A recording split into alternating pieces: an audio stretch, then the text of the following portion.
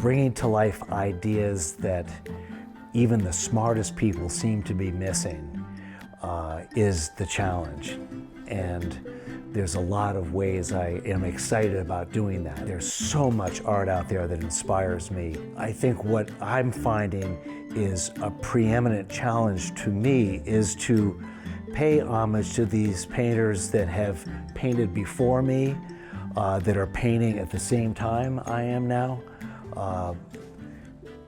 in ways that continue to challenge the viewer. One, for example, I choose not to use conventional media. I use conventional paint, but the way I paint it, I don't use brushes. I don't use traditional ways of applying the paint. I physically polish the surface with power tools that create these low light moods, these end of the day moods, without any glare from the gallery lights coming through to break that mood. And that's done by ripping through these canvases with the power tools. As well, you create accidents in the paint that can't possibly be achieved otherwise. You weave paint in that way rather than apply paint.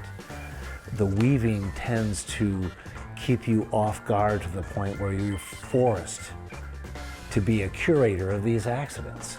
And I think the better curator you are of these accidents, the better painting you get.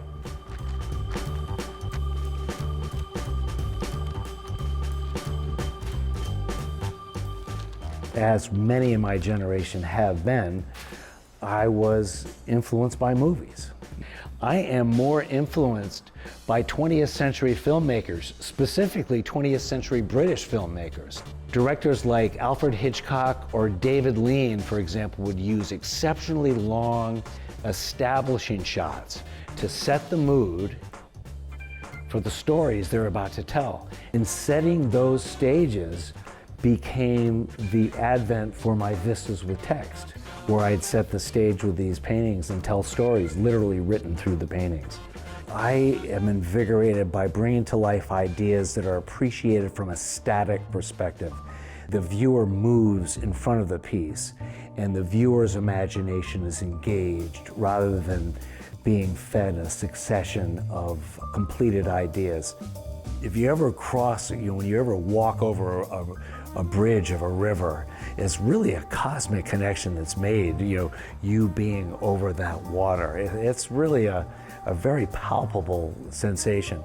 For me, it's not just that, it is a reflective surface. It's a critical tool for creating mood that will allow your stories to be absorbed in the way you want them to be taken in. Something about the natural cleansing process of the spring flooded river that I really respond to. I'm particularly fascinated by ships on water. It has to be the result of an ongoing project that I've been doing with Sting since the early years of the millennium.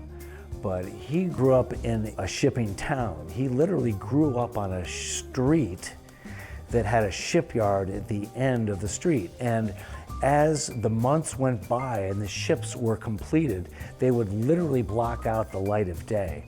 And then one day, the ships would go and the city would be changed. There would be light everywhere and everybody's mood would be changed. And that's an incredible thing to think about.